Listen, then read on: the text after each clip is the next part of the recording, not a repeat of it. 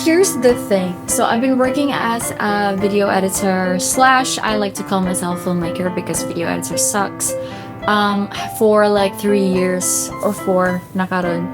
And then all throughout sa akong career, di siya mo kayo mo color grade, di siya mo kayo colors.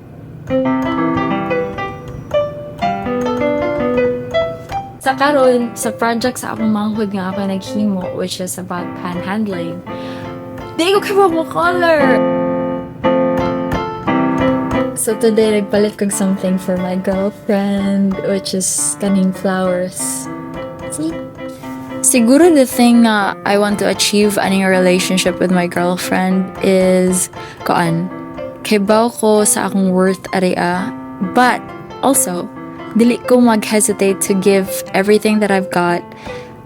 So muna is-spoil na ko siya, but at the same time, if na siya i-break na boundary, brave ra ko o naara ko yung courage and strength to actually leave directly. So, happy ako kay I can both be very showy and very open with the love that I have for her, while also still being myself and still loving myself and still having the still setting boundaries kani. Nya nag-drawing po kog stuffs nga akong ibutang kauban sa flowers. Nya excited ko. Gahapon ko ba kay ko fuck what if scam ni? Nag-down payment na ko nya.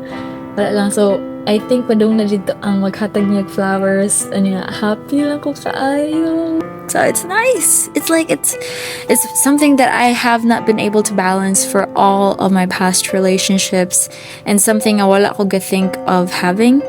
So it's nice that I'm having that now.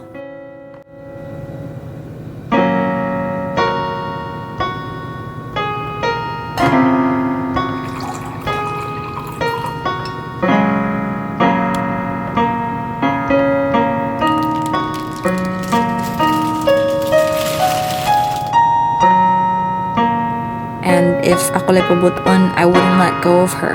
I love her. Did I say that? Yeah.